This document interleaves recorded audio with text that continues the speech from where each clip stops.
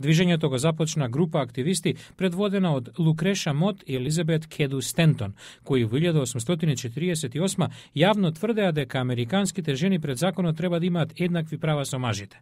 Сузан Сканлан е председателка на Институтот за истражување и едукација на жените во Вашингтон. Активистките беа средовечни, припаднички на средната до високата класа, сопруги и мајки.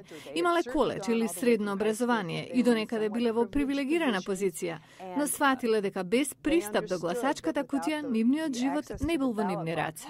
Нивниот активизам замрел со почетокот на граѓанската војна, но борбата за право на глас се јавила повторно 50 години подоцна со Алис Пол, правничка и голема фигура во движењето за емансипација.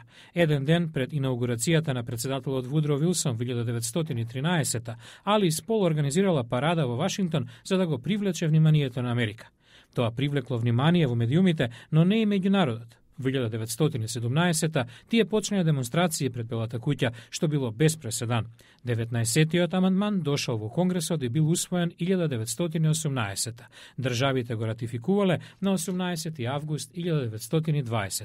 Американските жени конечно добија право да гласаат. Дженифер Лолес од Институтот за жени во политиката на Американскиот универзитет вели: Тоа беше веројатно најважната работа што им се случила на жените во последните 100 години, зашто ги направила полноправни граѓани. За прв пат биле видени како потенцијален фактор што можел да ги одреди изборите. 9 децении по добивањето на право на глас има уште работа на полето на емансипација на жените.